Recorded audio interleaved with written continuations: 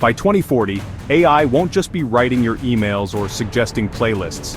It could run entire hospitals, argue in courtrooms, manage global logistics, and even craft better love letters than you ever could. What happens to you when a machine can do your job better, faster, cheaper without ever needing a vacation? This is Future Shock, where we explore the tectonic shifts that will redefine humanity. Today's topic, the end of work. Spoiler alert. It's not just about unemployment, it's about what it means to be human. In 2025, ChatGPT and other LLMs disrupted knowledge work. Coders, writers, designers suddenly had a very fast, very cheap digital coworker.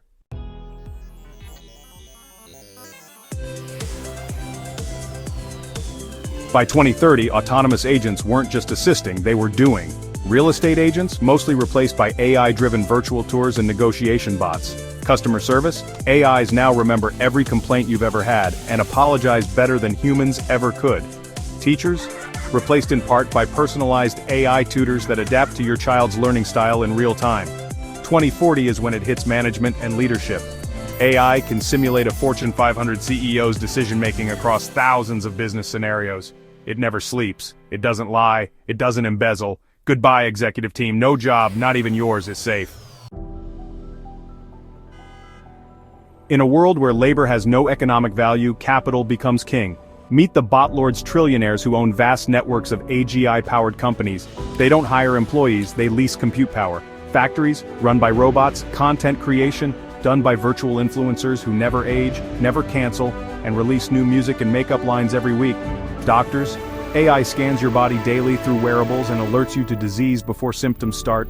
The human economy is now a spectator sport, so if labor doesn't pay, what does?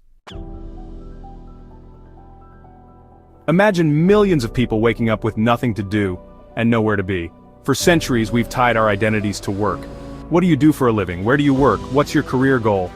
Now imagine telling your kids, you'll grow up in a world where jobs are optional. Sound like paradise? Maybe. But psychologists in 2037 are already calling it purpose deficiency syndrome. Depression rates are skyrocketing among those displaced by AI, not for lack of money but for lack of meaning. Turns out, humans don't just need income, we need to matter. If you're thinking UBI will save us, think again. Some nations, Finland, South Korea, Uruguay, have implemented AI tax-funded universal basic income programs. But others, let's just say, if your government still struggles with potholes in 2025, don't count on them to navigate AGI economics in 2040. Digital feudalism is real. A new class divide forms, not between rich and poor, but between plugged in and left out. Those with access to AI-enhanced productivity become post-humanly efficient.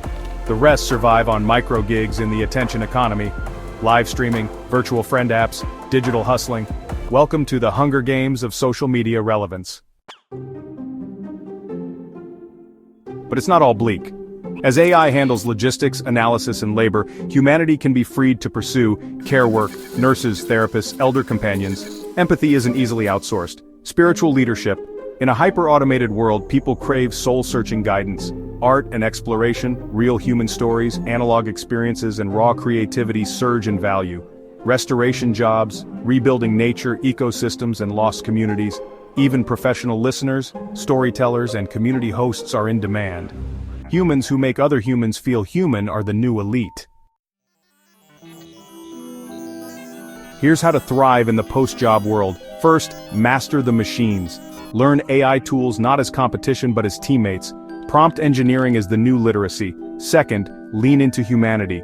Cultivate emotional intelligence, storytelling, leadership, compassion. These are your unfair advantages. Third, build tribes, not titles.